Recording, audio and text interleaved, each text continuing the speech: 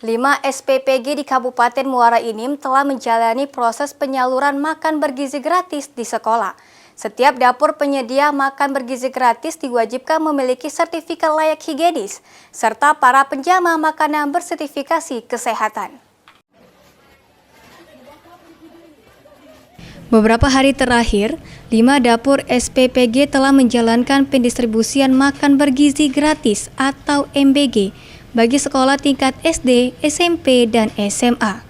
Selanjutnya akan dilakukan pendistribusian MBG untuk balita dan ibu hamil melalui posyandu di desa-desa. Untuk menjaga kualitas dan kesehatan menu makanan, Dinas Kesehatan Muara Enim terus melakukan pengawasan dalam proses pengelolaan makanan. Koordinasi pihak SPPI harus berperan aktif dalam memberikan informasi terkait dapur SPPG guna mempermudah pengawasan dalam keseharian. Kepala Dinas Kesehatan Muara Enim, Eni Zatila menegaskan, kualitas kesehatan akan dijamin lebih baik, di mana pihak dapur telah memiliki sertifikasi dalam bidang boga dan kesehatan. Pihak Dinas Kesehatan juga akan memberikan pelatihan bagi jasa dapur, untuk mendapatkan pelatihan khusus untuk menu makanan. Harus ada koordinasi yang aktif ya antara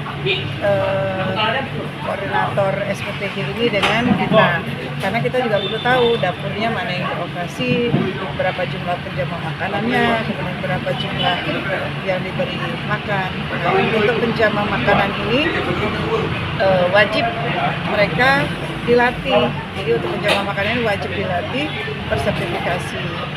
Dan artinya dalam satu dapur kita harus lihat berapa yang bagian yang menjama makanan, mulai dari proses pengolahan makanan, memasak, sampai penyajian, itu semuanya harus terlatih tentang sanitasi dalam pengamanan makanan.